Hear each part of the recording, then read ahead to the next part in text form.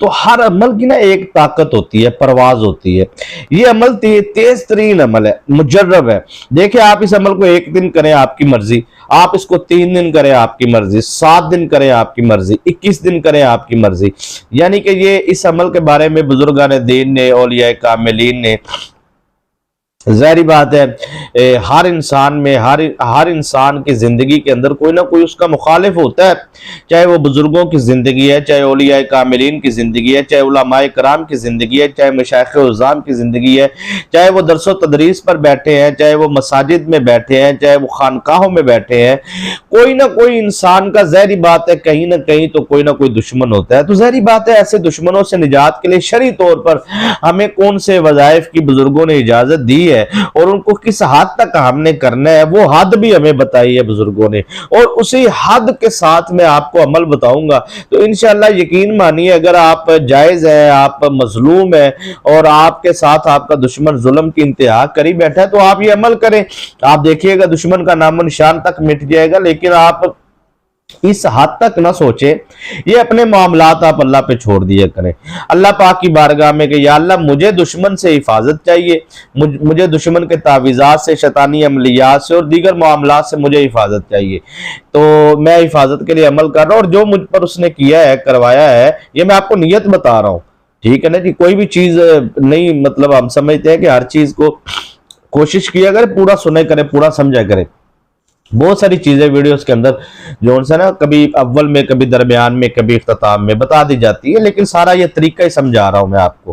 तो आपने जो नियत करनी है वो आपने इस तरह करनी है कि या रब्बुल आलमीन, मैं तेरे कुरान पाक कलाम से इस अमल को करने जा रहा हूँ, या अमल को करने जा रही हूँ। ये मर्द और ख़वातीन सब कर सकते हैं इस अमल को। तो या अल्लाह मेरी दस्ते गैब से मदद फरमा, और गैबी मखलूक़ात के जरिए मेरे दुश्मन को ज़ेर फरमा। जो मुझे मैं या अल्लाह तेरी पनाह मांगता हूँ, या अल्लाह मैं तेरे से मदद मांगता हूँ। तो ये अमले खास जो है ना जी, एक तो इसके जिन्नात जो इसके ताबे है वो करोड़ों की तादाद के अंदर है। वो आपको नजर तो नहीं आएंगे, लेकिन वो आपके पास होंगे। देखिए, फरिश्ते तो है इस अमल के ताबे। एक एक लफ्ज अब मैं तादाद बयान करूं तो बात ज्यादा लंबी हो जाएगी। इस अमल के मातहत अल्लाह की रहमत के फरिश्ते और मुवक्कलात तो है, लेकिन खास जो इसके साथ जिन्नात है ना, वो है जलाली। यानी कि उनके कागजों में फिर है नहीं कि आपने जो कह दिया ना, फिर वो जाके उन्होंने जिन्नात ने करना है। ठीक है, इसलिए मैंने इब्तिदा में इतनी गुफ्तगू आपकी गोश गुजार की है कि आपने जो उनसे है वो नीयत सख्त नहीं करनी। ठीक है, ठीक है। आपका दुश्मन है, वो आपकी औलाद को, आपको, आपके घर को, आपके निज़ाम को बहुत ज़्यादा परेशान कर रखा है। तो फिर भी आपने जो है ना उम्मीद करनी कि या अल्लाह उससे हदायत अता फरमा। उसकी अगर हदायत नहीं है उसके नसीब में, तो फिर या अल्लाह बेहतर है कि जो तो बेहतर फैसला फरमाने वाला है। तो इंशाअल्लाह अज़ीज़ आप जो भी नियत करेंगे, जिन्नात जाएंगे और अपना काम करेंगे। एक तो आपने इस अमल को करना है सर असर की नमाज के बाद। ठीक है जी। अगर किसी के जिस्म में जिन्नात ज़ाहिर हो चुके हैं, या उनको शक पड़ता है रात को सोए हुए या चलते फिरते तो आगे पीछे, जिन्नात की अब बहुत सारी अक़साम है, बयान करूंगा तो बात लंबी हो जाएगी। या किसी ने आपको बताया, या आपको पता है, मालूम है, यकीन है कि आपके ऊपर जादू के असरात है, शैतानी अमलियात, इसको आप ना लफ्ज़ जादू बोल देते हैं, बात ज़्यादा लंबी हो रही है, बंदिश बोल देते हैं। तो आप बस एक लाइन में मैं आपको समझा देता हूँ। ये कहना सौख है कि जादू हो गया जी मेरे पे। और अल्लाह के बंदे, ये लफ्ज तुमने बोल तो दिया जादू, जिन्ना मेरे ऊपर जादू हो गया, मेरे ऊपर बंदिश होगी। आपको पता है जिसने बंदिश लगाई है, जिसने जादू किया, उसने किया क्या आपके साथ? उसने हजारों की तादाद के अंदर लाखों शयातीन जिन्नात आप पर मुसल्लत करती है। अगर जादू हो गया तो ठीक है ना, हर एक पे जादू नहीं होता, और जिस पास कलमा तैयबा शरीफ की नेमत है उस पर तो जादू हो ही नहीं सकता। तो ये सिर्फ ऐसे बातें बनी हुई है सर। तो अगर किसी के पास इतनी जिन्नात शयातीन की आ गई है फौज आपके ऊपर, आपके जिस्म के ऊपर, आपके घर में, तो फिर आप तो कख ना बाकी बचे। इसलिए आप थोड़ा सा ईमान को कभी करें। कोई जादू वादू कोई चीज है ये, आप बस आप अपने आप पे पूरे ताकतवर हो जाए।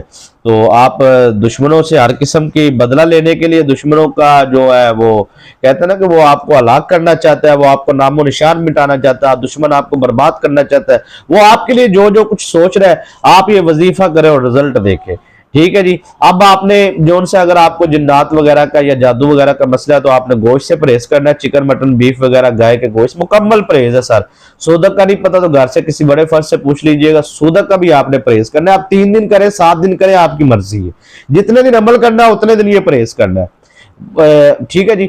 और उसके बाद आपने इस अमल की रूहानी इजाजत के लिए 3 मरतबा दुरूद शरीफ पढ़ के कमेंट में सुभान अल्लाह लिख दीजिए। और चैनल को सब्सक्राइब नहीं किया, मजीद अगर आप वीडियो सुनना चाहते हैं तो फिर आप चैनल को जरूर सब्सक्राइब करें, साथ लगे बेल आइकन के बटन को प्रेस कर ले ताकि नई आने वाली वीडियोस की नोटिफिकेशन आपको मिलती रहे। दुरूद शरीफ की खास दुआ में अगर आप शामिल होना चाहते हैं, कोई भी मकसद आ जाता है वो कमेंट करें, इंशाल्लाह आपको शामिल किया जाएगा। सर इसके लिए 2 चीजें आपने लेनी है, एक नमक लेना है, एक पानी लेना है। नमक पे आपने दम करके खिलाना है, वो नमक आप किसी सालन वगैरह में मिक्स करके दुश्मन को खिला दें। अब सवाल यहाँ ये पैदा होता है कि आप तो दुश्मन को खिला पिला ही नहीं सकते, तो फिर आपने पानी पर दम करके दुश्मन की तस्वीर या दुश्मन के तस्वुर में छींटे लगा देने हैं, ठीक है जी। तो आपने नियत करनी है फला बिन फला दुश्मन के लिए मैं ये अमल करने जा रहा हूँ, ये अमल करने जा रही हूँ। अब जिसको पता ही नहीं है कि आपके दुश्मन का नाम क्या है, तो फिर आप कहीं भी जिसने मुझ पर किया करवाया मैं उसके लिए ये अमल करने जा रहा हूँ या करने जा रही हूँ। असर की नमाज के बाद अब समझने वाली बात यहाँ पे ये है कि ना आपने दुरूद शरीफ पढ़ना है, ना औज़ुबिल्लाह ना बिस्मिल्लाह पढ़नी है आपने। असर की नमाज के बाद सबसे पहले आपने अपना असार लगा लेना है, वो इस अमल का हिस्सा नहीं होगा। असार आप कोई भी लगा सकते हैं, आयतुल कुर्सी का, सूरह इखलास का या दुरूद इब्राहिमी किस मरतबा अव्वल आखिर पढ़ के आप अपना असार लगा लें। उसके बाद सर आपने क्या करना है कि अमल शुरू करना है। उसके बाद आपने असर की नमाज के बाद आपने 3 दिन का ये अमल है, कम से कम 3 दिन तो करें ना। असर की नमाज के बाद ये आपने पढ़नी है वल अस्र इन्नल इंसान लफी खुस्र। ये पूरी छोटी सी सूरह मुबारक है, सूरह अस्र कुरान पाक का आखिरी सिपारा है, उसके अंदर बिल्कुल इख्तिताम पर आपको जाके मिल जाएगी आखिरी पाव में वल अस्र इन्नल इंसान लफी खुस्र। ये सूरह अस्र है, ठीक है। इसे बगैर औज़ बिल्लाह के, बगैर बिस्मिल्लाह के, दुरूद शरीफ के बगैर आपने इसको पढ़ना है। और आपने इसको 33 टाइम 33 मरतबा पढ़ के, नमक है तो नमक पे दम करके आप खिला दें, अगर नहीं है तो फिर पानी पर दम करके छींटे मार दें। अगर आप ये भी नहीं करना चाहते तो फिर दुश्मन की तस्वीर का तस्वुर बांध के आप दुश्मन के चेहरे पर, सीने पर दम करें। इंशाअल्लाह अज़ीज आप कहीं भी है और दुश्मन आपका दुनिया के किसी मुल्क में भी है, इंशाअल्लाह अज़ीज उस दुश्मन को पता चल जाएगा उसने जो कुछ भी आप पर किया करवाया ना सर, वो सब वापस पलट जाएगा।